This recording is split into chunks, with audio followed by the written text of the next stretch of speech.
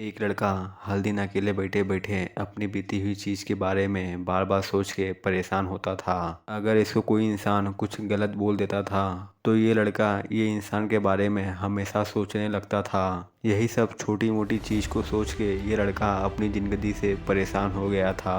और ये लड़का एक दिन बैठे बैठे कुछ सोच ही रहा था, तभी इसकी नज़र एक इंसान पे पड़ती है। ये इंसान एक महात्मा जी के बारे में बात कर रहा था। ये इंसान बोल रहा था कि यही पास में एक महात्मा जी रहते हैं जो कि सब तरह के दुख और तकलीफ़ को ख़त्म कर देते हैं।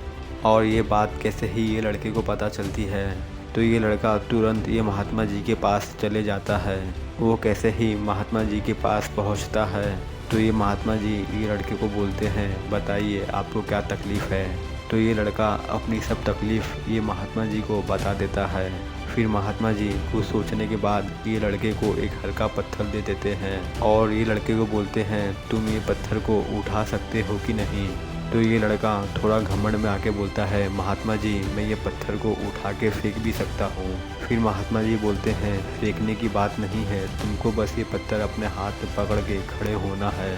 फिर ये लड़का ये पत्थर को तुरंत ही अपने हाथ में लेके खड़ा हो जाता है। लेकिन कुछ समय गुजरने के बाद ये लड़के को कुछ समझ में नहीं आता है। फिर ये लड़का महात्मा जी से पूछता है, अरे महात्मा जी आप ये क्या करा रहे हो, मेरे को कुछ भी समझ में नहीं आ रहा है। फिर महात्मा जी बोलते हैं, अगर आपको अपनी तकलीफ़ ख़त्म करना है तो तुमको ये काम करना पड़ेगा। तो ये लड़का वापस से अपने हाथ में पत्थर लेके खड़ा हो जाता है।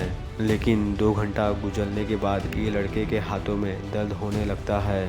तो ये लड़का तुरंत ही ये पत्थर को नीचे रख देता है और महात्मा जी को बोलता है, अरे महात्मा जी मेरे हाथ में तो बहुत दर्द होने लगा। फिर महात्मा जी ये लड़के को समझाते हुए बोलते हैं, ये पत्थर हल्का होने के बाद भी 2 घंटे के बाद तुम्हारे हाथों में दर्द होने लगा।